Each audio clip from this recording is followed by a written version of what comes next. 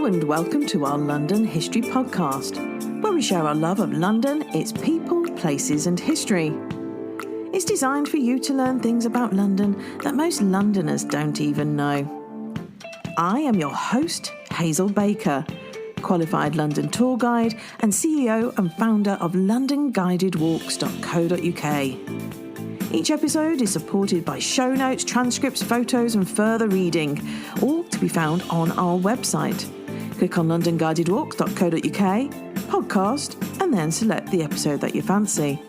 And if you enjoy what we do, then you'll love our guided walks and private tours that we offer throughout the year. So get that cup of tea, put your feet up, and enjoy.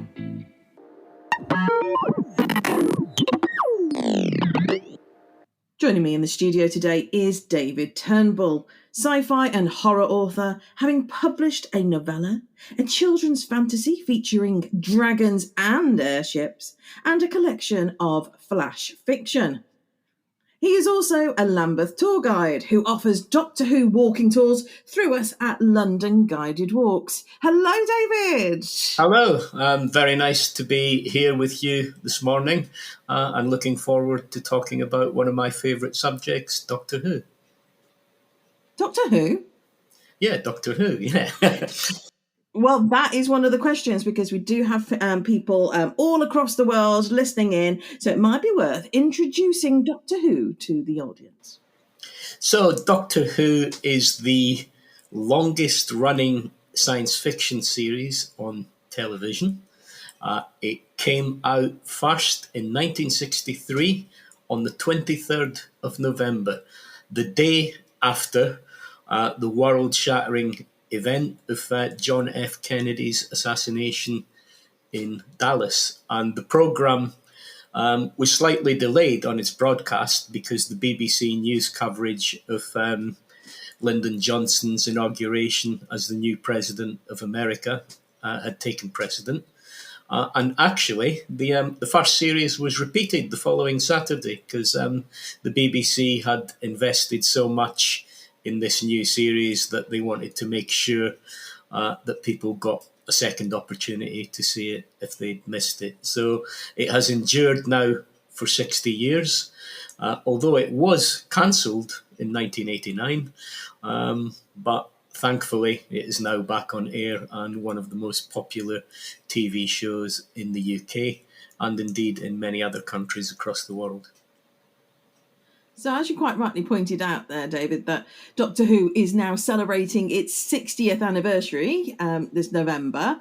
So what factors, in your opinion, have contributed to the show's longevity? And also, what about thinking about the cultural impact as well? Well, I think for me that the premise of the show, of a time traveller who arrives in a time machine and can whisk you away to other worlds, ticks a lot of boxes with people. I mean, if you've got quite a mundane life, or maybe a hectic life, or you are a bit depressed about what you see on the news, the idea that somebody could come and say, "Would you like to be my companion? I have this police box. You can step inside. It's bigger on the inside than it is on the outside. And I can take you to any time in history, any time in the future. I can take you to alien planets. I can take you to other worlds." So I think that is very attractive. And it's not really a new idea. You could, in the past, go through a wardrobe and end up in Narnia. You could be taken by a lost boy on a flight to Neverland. So it's something in literature and fantasy and science fiction that is really quite a common trope. I think it really goes back even further to the stories of people who were taken into fairyland.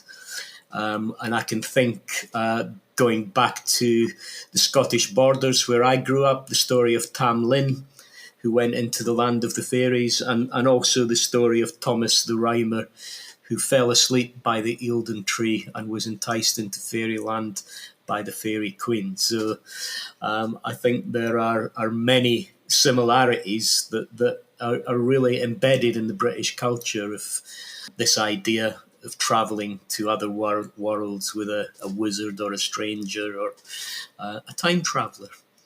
Or tour guide. Or a tour guide, yeah. We can take you into the past. We can speculate about the future, and we can show you things you might never have seen before. The BBC did a lot of research before they commissioned Doctor Who, so they were quite convinced at the time of the popularity of science fiction. They had broadcast Quatermass in the 1950s. Nigel Neal's Professor, and that had been highly successful.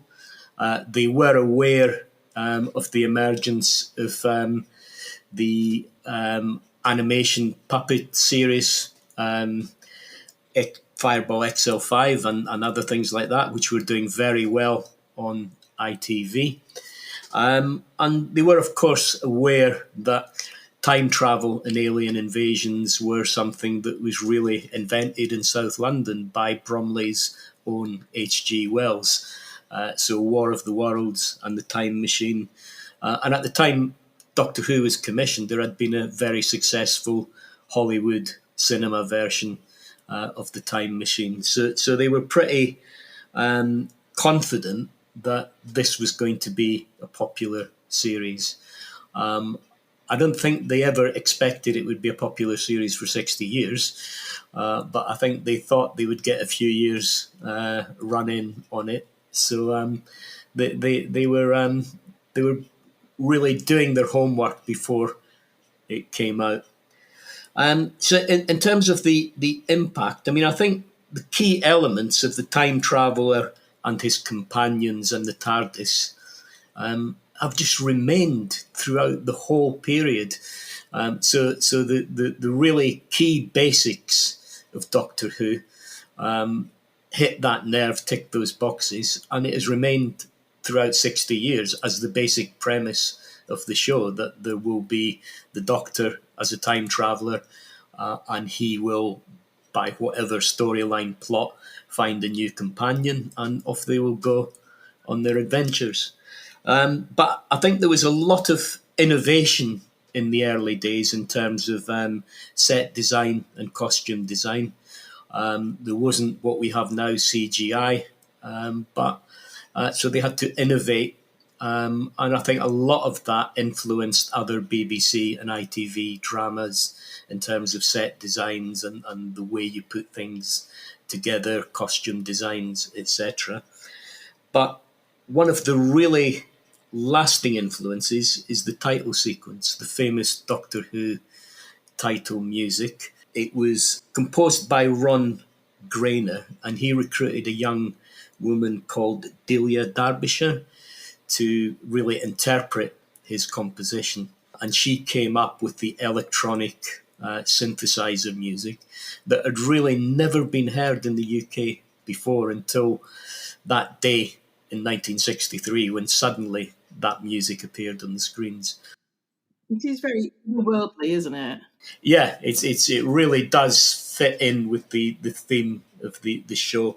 And it's been highly influential. I mean, I don't know if people might be familiar with electronic music of the 80s and 90s, but many of those bands have referenced Delia Derbyshire as being an influence on them. So the Aphead Twins and the Chemical Brothers are really very keen to say that she was the one that helped them investigate electronic music. There was also the title sequence designed by Bernard Lodge. So he developed something called the Howl-Around, where he would point the camera back on its own monitor, and a bit like feedback from a speaker and a microphone, it created all the imagery that you see at the beginning of Doctor Who. And again, that was used in many, many TV programs, particularly on Top of the Pops, when they wanted a bit of psychedelia to accompany a band.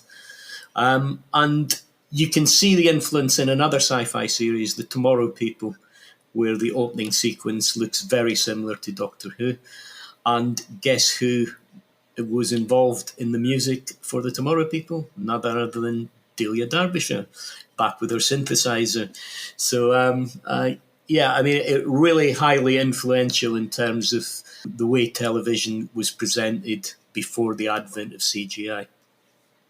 So really, it's looking at doing your homework, doing the research, making sure that you got there, and then also either keeping current, i.e., the landing on the moon, looking at the futuristic music that's going on. If you think Joe Meek at the same time is doing that kind of thing, and it's all pulling together lots of different elements, as you said about the filming effects as well. So, and then keeping it for 60 years, keeping it current. Yeah, we were right in the middle of the space race between the Soviet Union and the Americans, so that was on everybody's minds. And you mentioned Joe Meek and the famous Telstar, which went to number one, actually. So, yeah. As a Doctor Who aficionado, can you maybe share some of your personal recollections of the series over the years? So if anybody hasn't watched a series, they can find them, and which are the top ones that you would recommend people watch? So my relationship with Doctor Who goes right back to the very beginning, that day in 1963, 16 minutes past 5 on the 23rd of November. My birthday is the 25th of November. So there was a birthday party going on in my grandparents' house. As I mentioned, I grew up in Selkirkshire. It was my 5th birthday. My granddad was a weaver in a woolen mill back in the days when Selkirkshire was the centre of the tweed industry in the Scottish borders. But he was also a huge science fiction fan. In his younger days, he'd gone to see the movie matinees starring Buster Crabbe. So Buck Rogers and Flash Gordon. So whereas other grandparents might tell you stories about Little Red Riding Hood or the Three Bears, he used to regale us with stories of Flash Gordon and his companions Dale Arden and Professor Zarkov doing battle with Ming the Merciless on the planet Mongo. So Doctor Who was right up his street, and at 5:15, all the birthday festivities stopped. I sat on his lap, and the first episode of Doctor Who started. And I think the title sequence and the music just drew us in immediately. The first episode was called An Unearthly Child. It was set in London, and it featured William Hartnell as the Doctor and Carol Ann Ford as the Doctor's granddaughter, Susan. And it was called An Unearthly Child. The TARDIS had materialised in a scrapyard, and Susan was trying to pass herself off as a secondary school student. And two teachers were very concerned about her welfare and followed her to the scrapyard, and were promptly whisked away in the TARDIS back to the prehistoric era, where they encountered cave dwellers and were then essentially lost in space. Not another famous TV series, but they were lost in space and time, and they embarked on a number of adventures with the Doctor Who and Susan. So I think myself and my granddad were hooked from that point, and it became a ritual and tradition for us to be in his house at 5:15 every single Saturday to watch Doctor Who, all through the William Hartnell era and all through the Patrick Troughton era. He unfortunately died a month or so after John Pertwee was announced as the new Doctor, so he never got to see that era. But I carried on the tradition, and whenever I watch of it, I always think fondly of him and his stories of Flash Gordon. I feel quite touched sometimes just remembering how we used to watch it and talk about the plots. And in those days, it always ended in a cliffhanger. and we always tried to guess what was going to happen the following week. And sometimes we were right, sometimes we got it completely wrong. So it's a nice little memory. But in terms of London, there's two series that really stick in my mind. So the first one was 1964 William Hartnell era, Daleks' invasion of the Earth. And it's the famous scene where the Daleks appear on Westminster Bridge with the backdrop of the House of Commons. They'd first met the Daleks on the planet of the Daleks, which was the second series after the Cave Dweller episode. They thought they'd been defeated, but lo and behold, in the 22nd century, the Daleks had invaded and conquered the Earth. It started, funnily enough, on the 21st of November. It was the second series, so quite near my birthday again. And it ended on Boxing Day. So there was, I think, 6 episodes. So there's the scenes on Westminster Bridge. There's the scenes on the Riverside Walkway at the side of St Thomas's Hospital. And there's the really iconic scene of a Dalek rising from the River Thames down at Hammersmith Bridge. So it was extremely popular, and it was it made the front page of lots of the newspapers because the publicity shots with the Daleks coming over the bridge made really good front pages. So it was also the last episode that Carol Ann Ford appeared in.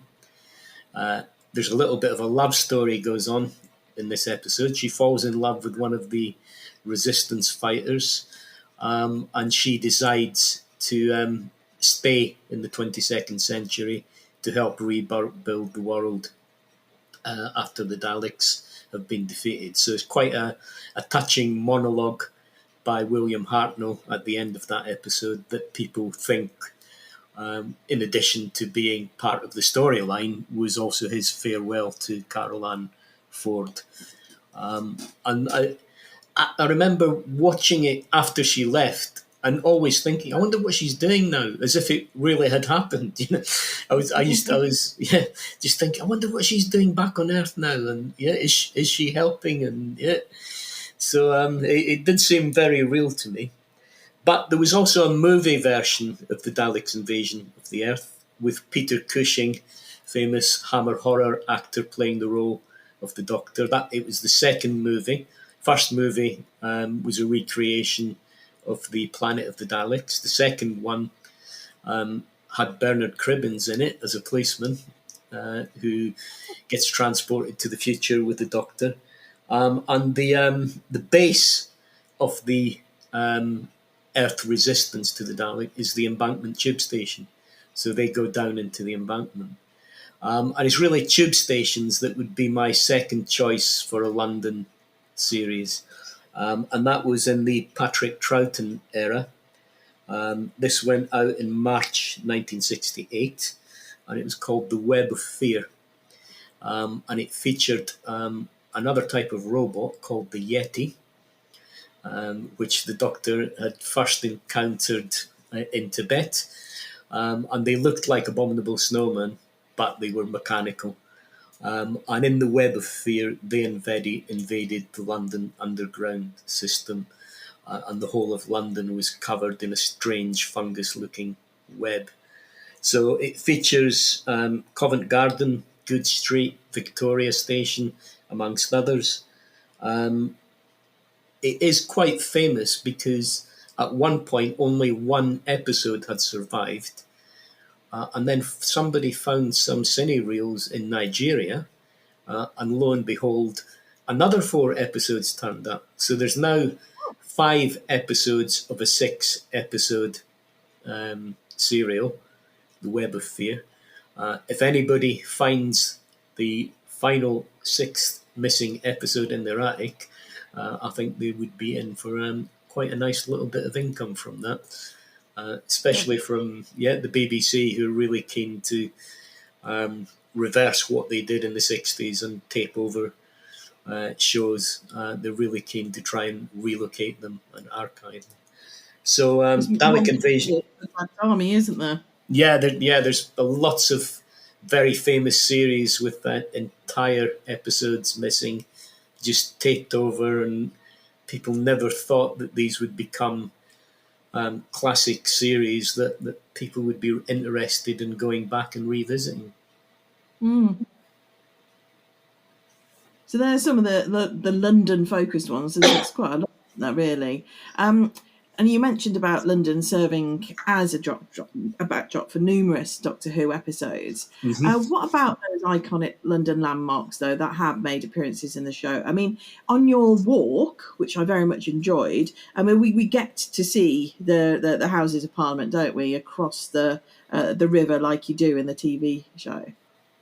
Yeah, I mean, the Houses of Parliament and the Clock Tower of Big Ben have really featured in a lot of Doctor Who episodes. So I've mentioned Invasion of the Daleks. David Tennant's first appearance as Doctor Who.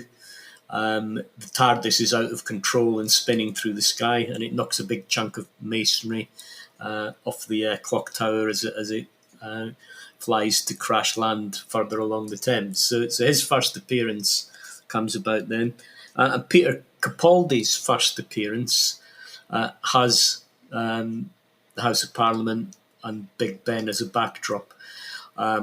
His is quite strange. It's set in the Victorian era, but the walkway behind St. Thomas's Hospital, there is a Tyrannosaurus Rex prowling along there, and it's actually swallowed the TARDIS, and then it coughs it up. It shoots out like a piece of meat that might be stuck in somebody's throat and goes spinning through the air. And Peter Capaldi makes his debut as Doctor Who.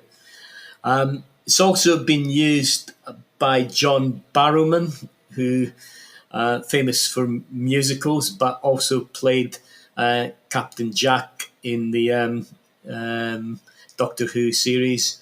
And in one episode, he tethers his spaceship to the Tower of Big Ben. So it's used quite a lot in Doctor Who.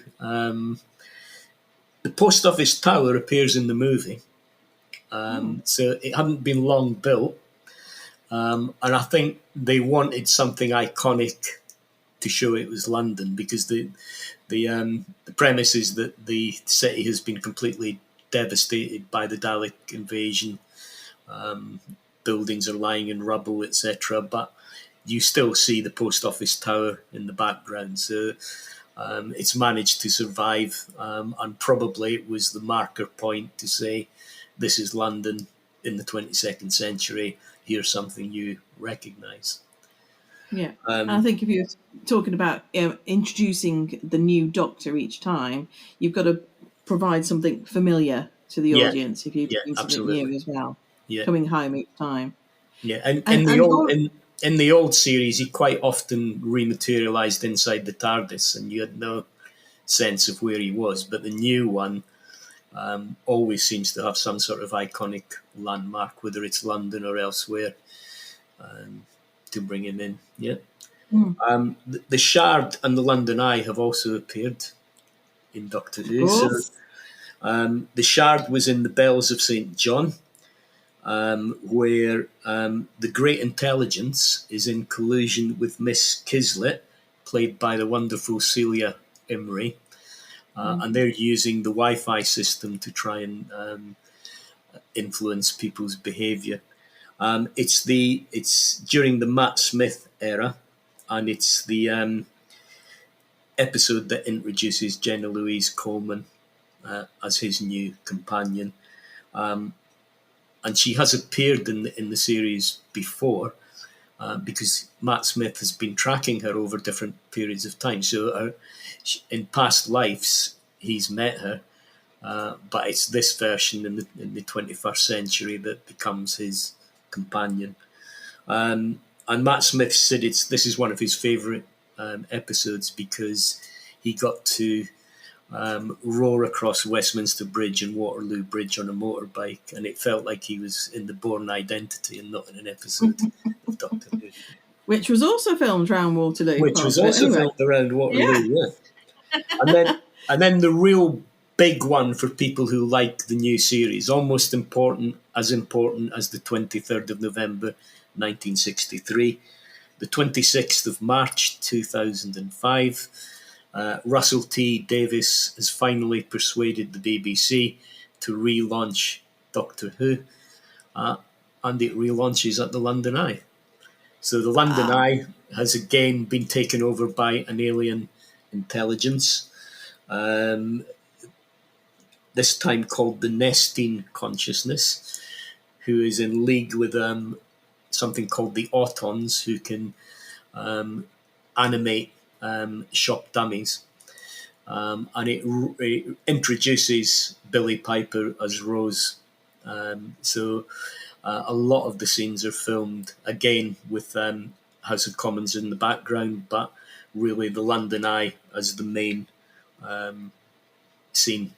And Russell T Davies was given permission to add additional lighting to the London Eye so that it looked even more bright in the night sky than it already does.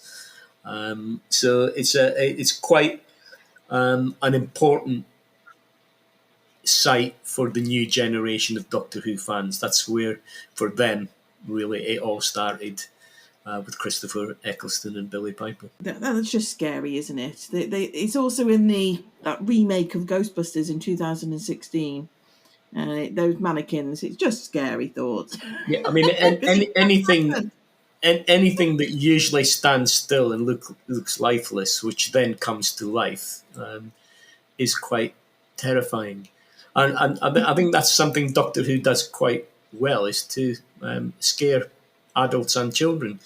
And again, it's something that has stuck with it throughout. And I don't think there's anything wrong with being scared as long as you know that it's fantasy and fiction. And famously, Behind the Couch is how people describe watching Doctor Who, isn't it? Yes, well, indeed. My sister still watches Jaws when she has her feet up off the floor, just in case.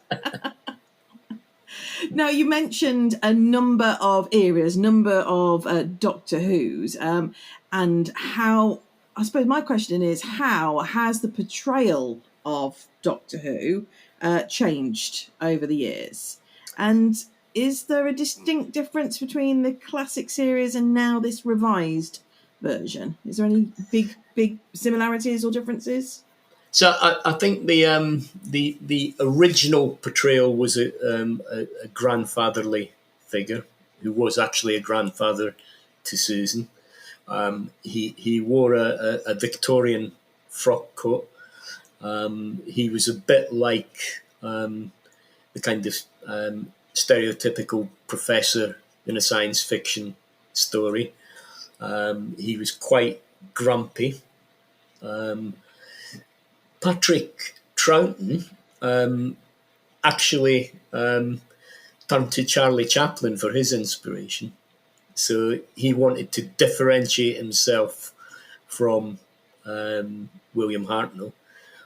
So he kind of played him as a little bit of a dishevelled tramp who, while being highly intelligent, kind of bumbled and bungled his way through things. So he had a different interpretation. So I would say Hartnell was a grandfather, Patrick Troughton was a mad uncle, and John Pertwee was more like a kind of father figure to his companions. Yeah.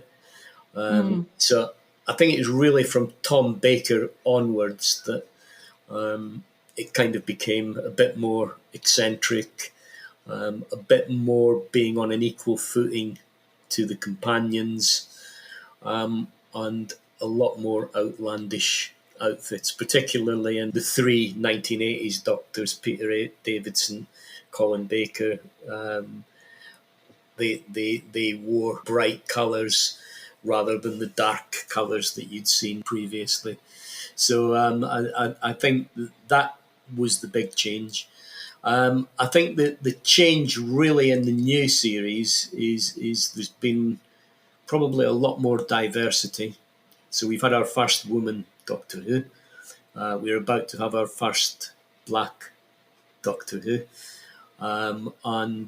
Again, when the series was rebooted, Russell T Davies was quite keen that it had less of a middle class feel about it. So Christopher Eccleston played the Doctor with a northern accent, and Billy Piper lived on a council housing estate and was a shop assistant. The housing estate, by the way, is in Lambeth.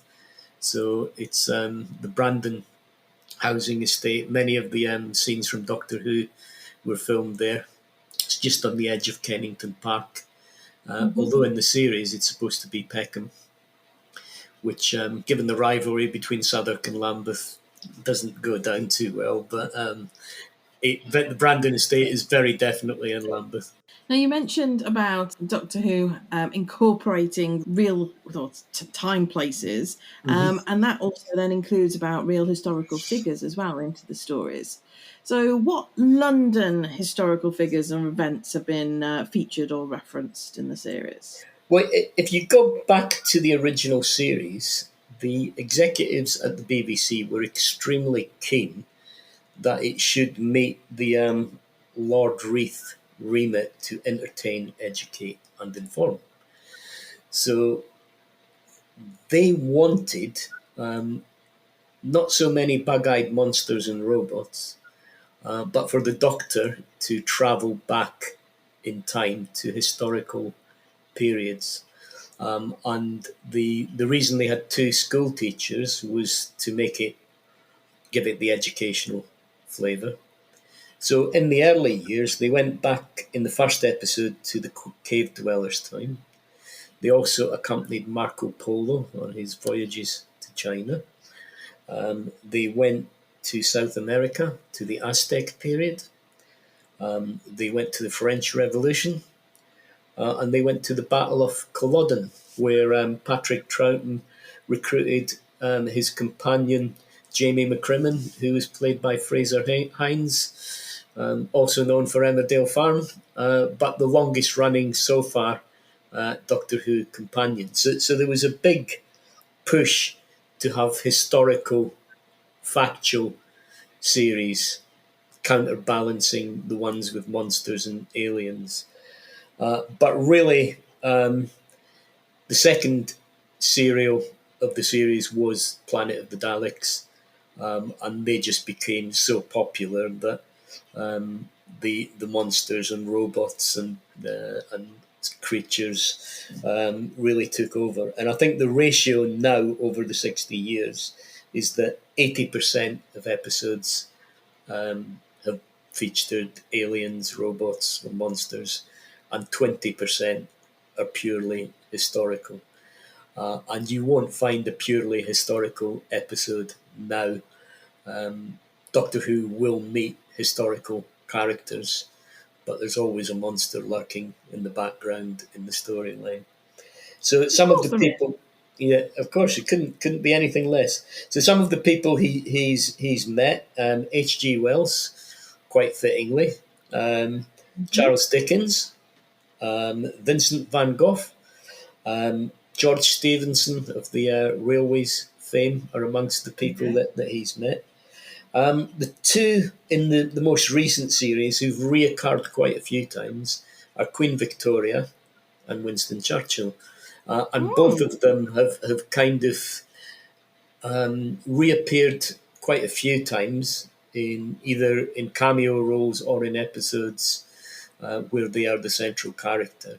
And both of them are kind of involved in helping the Doctor to defend the Earth against alien invasions in different ways. The Churchill one that is really the main one, so it's one of the scenes is on the roof of the Churchill base in Whitehall.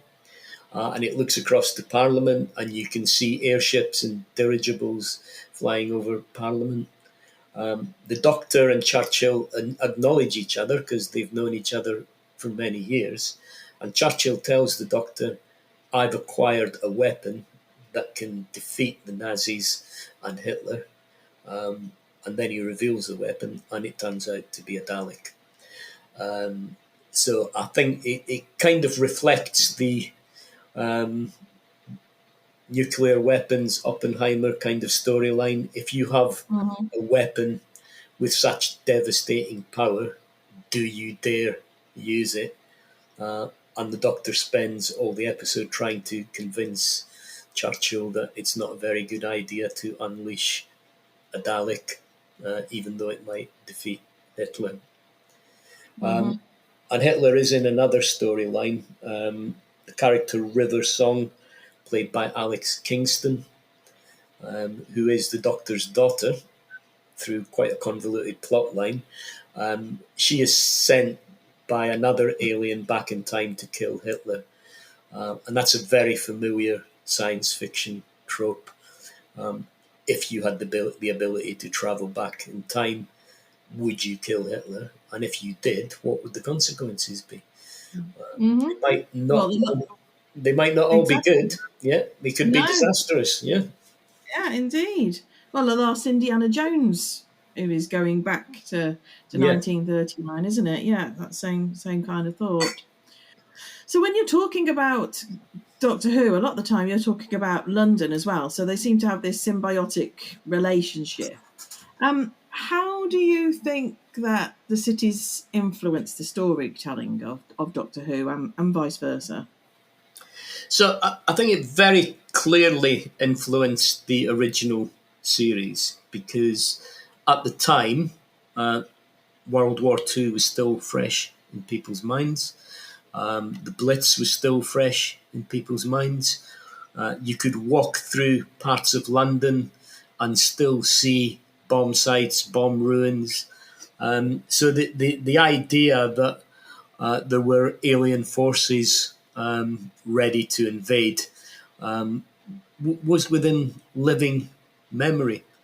And Terry Nation, who wrote the Daleks, really based his idea of these emotionless robots who want to exterminate everybody on his recollection as a child of the Nazis and what he'd heard on radio about their conduct and the Blitz. So I think the London you see in the early series is obviously black and white television, quite grainy.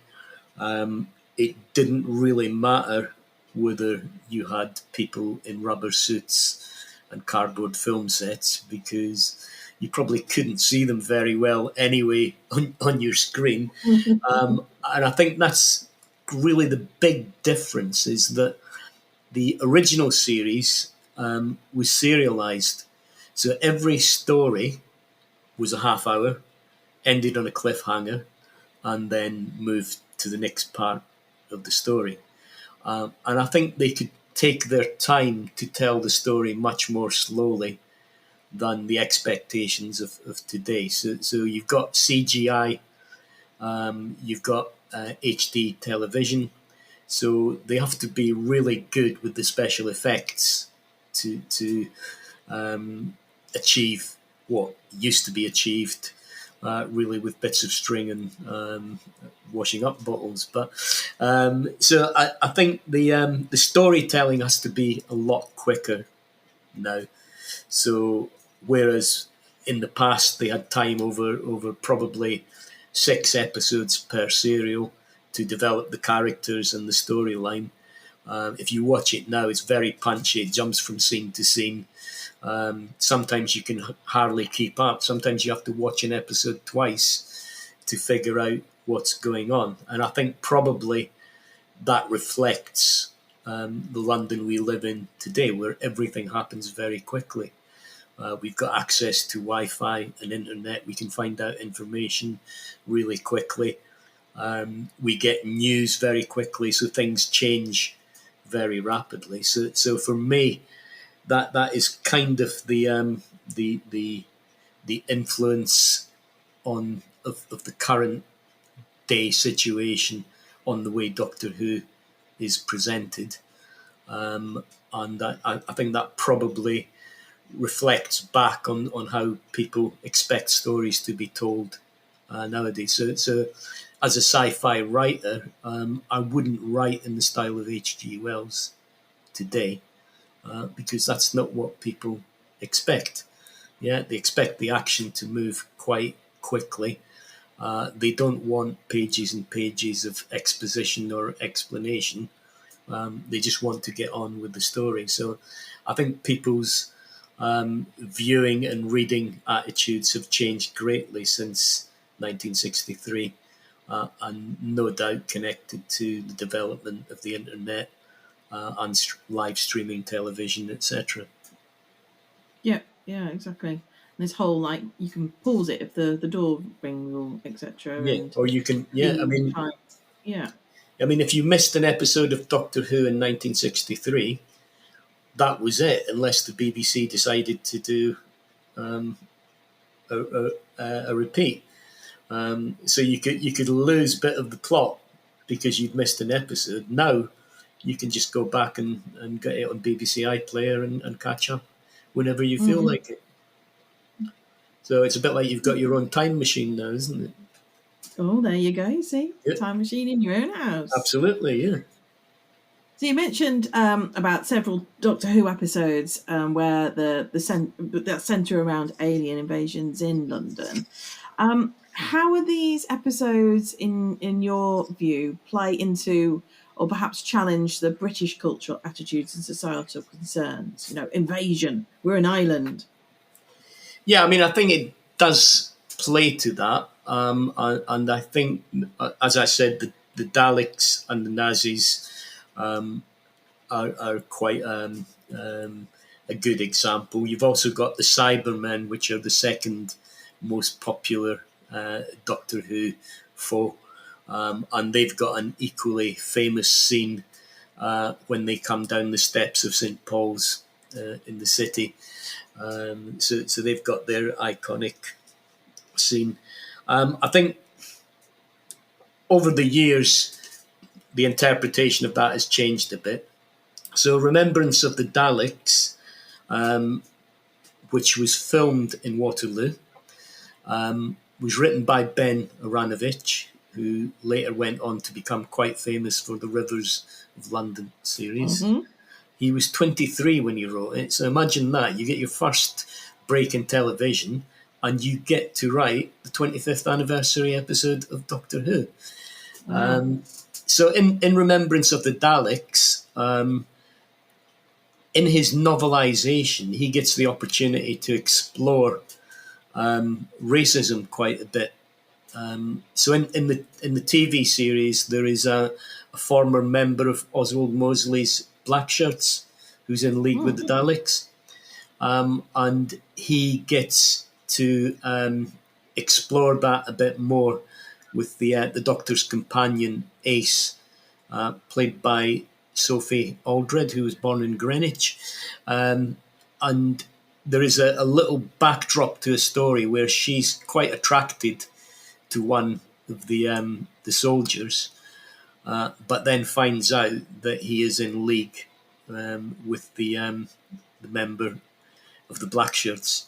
And this triggers for her a memory of a school friend who was Indian and had faced quite a severe racial attack. So I think as society has moved on, the storylines in Doctor Who quite often pick up on those things. And certainly the terrorism attacks of the past few years kind of reflect a lot of people's concerns. So quite often when you see things exploding in Doctor Who, there'll be a storyline attached to why that is happening. It can lead to the wrong interpretation. We've obviously got quite a lot going on at the moment about migrants and refugees and flooding the country and all sorts of things being said about that. So I think the Doctor Who series is quite good at addressing this. And the thing that I think is absolutely brilliant is that the next Doctor Who, Shetty Gatwa, came to this country as a 2-year-old refugee from the Rwandan massacre. He made his home in Dundee. So a refugee is now going to become the most iconic character on British TV. So I think that is really an excellent decision for the 60th anniversary, and really reflects the multicultural society that we live in. And if we move away from the screen Doctor Who, and we move more into the cultural fabric through fan clubs, conventions, and even museum exhibits, can you speak about these, especially with the role in London's cultural milieu? So I think, obviously, 10 years ago we had the 50th anniversary. We've now got the 60th one, so it comes to the forefront at those periods of time. But at any given time, there will be something connected to Doctor Who going on, whether it's an exhibition, a film showing at the BFI, a meeting of a Doctor Who convention. There's always something going on. And really, I think that's why when it was cancelled in 1989, it survived, because there was novels, there was audio plays, and really the Doctor Who fan base kept it alive. So there is some quite unusual things. So the Vauxhall Tavern, famous LGBTQI venue, famous for its drag shows, they regularly have what's called the Gallifrey Cabaret. And Gallifrey is the planet that Doctor Who comes from, and they have a TARDIS on stage, and there's all sorts of shenanigans involving Cybermen and other creatures dancing to disco music. So even in that sort of aspect, it seeps its way into the culture. And Doctor Who is quite big in the gay community. Russell T Davies famously was the director and writer of Queer as Folk. John Barrowman played the first bisexual character, and Bill Potts, the companion, was the first openly gay companion. So it's got quite a strong relationship with the gay community.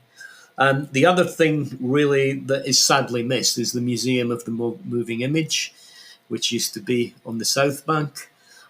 They had Daleks, TARDISes, all sorts of monster costumes on display, and they had an extremely popular exhibition called Behind the Sofa. But the BFI itself has got the Doctor Who archives. So they've got the scripts of almost every series and serial, and you can access them through the archives. They've got some of the series, some of the films. They've got books and academic papers on Doctor Who. So it's well worth joining the Reuben Library at the BFI if you're interested in finding out more. There is obviously the Doctor Who shop in Upton Park. Quite difficult to find if you don't know the area, but definitely people find their way there. And they've got all sorts of Doctor Who memorabilia there that you can buy, and also a little Doctor Who museum.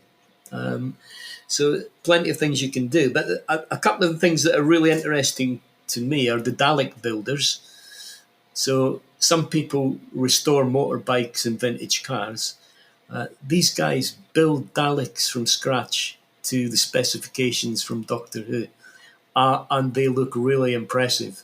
And they turn up at village fetes and shop openings and stuff like that. So, but honestly, if you see them, you wouldn't be able to differentiate by something that's made in the BBC props workshop. There's also the collectors of memorabilia. So there's lots of things that have come out of the show. Dalek models, Airfix models, jigsaws. One of the ones that really interests me, because I actually remember buying these, is the candy cigarettes produced by Cadet Sweets. called Doctor Who and the Daleks. So you would get 10 little candy cigarettes and you would get a card. And the card would be a little section of a Doctor Who story. So there was 2 series, 50 cards, and if you collect them, there was a narrative on the reverse side, and on the front side there was an illustration to go with that narrative. So if anybody has a collection of Series 1 and Series 2 of the Cadet Sweets, Candy Cigarettes, Doctor Who and the Daleks collection, again, I think they could make themselves a nice little bit of income from that. So I think it's influenced loads of things in London and in wider UK culture. And if someone were to take your Doctor Who tour in Waterloo, what are the key takeaways you hope they'd gain with regarding the show's history and its relationship with London? Well, I think firstly the real and important connections between the show and Waterloo. 3 major episodes were filmed in the area. The BBC workshop where the Daleks were invented is in the area. And the designer of the Daleks, Ray Cusack, is a Lambeth-born boy. And one of the voices of the Daleks, Peter Hawkins, who came up with the Exterminate, You Will Obey the Daleks, he was born in Lambeth. And he also was the voice of Bill and Ben, the Flower Pot Men, and all the voices in the Captain Pugwash series. What a talent. Yeah, what a talent. 2 doctors were born in Lambeth, one of them in Waterloo. So that there is a lot of connections and a lot of history with the series in Doctor Who. So I think I would like people to think about the locations and the innovations linked to the series. But not only that, at each stop to get a sense of the wider history of the area, the places we're looking at, because there is a lot of history in Waterloo. It's quite a touristy area now, but it has an industrial past. It has a past where it was completely devastated during the Blitz. It also has the connections to the Battle of Waterloo, with Waterloo Bridge being named after that battle and then giving its name to the station, which then in turn gives its name to the area. And perhaps one of the most important things is the Festival of Britain, 1951, a celebration of British innovation with lots of sci-fi things. They had a satellite dish that bounced messages off the moon. They had the Dome of Discovery, and they pioneered 3D cinema. 1951, we think we're quite modern now. We go to the IMAX cinema, we put on our 3D glasses and watch a blockbuster. Well, they were doing that on the South Bank in 1951. So I think those would be the kind of things I would like people to bring away. Sense of the history of Doctor Who, but also a sense of the history of Waterloo. Yeah, fantastic. And we've also got an episode about Festival of Britain, so I'll include that in the show notes for everybody to listen to as well. It's episode 54. So, David, thank you very much for that. I mean, you can really get down to the detail, but the walk is very good because it's a beautiful walk anyway, and there's lots of things for you to learn and put in, and behind the scenes bit, that's the bit I like because I'm really nosy like that. So for anybody wanting to book a walking tour with David, he does public guided walks. The dates for the start of 2024 are already up, so you can book individual tickets for that, but also private tours are available as well. Thank you, David. Appreciate it. Thank you, and I look forward to guiding people through time and relative dimensions. That's all for now. Until next time.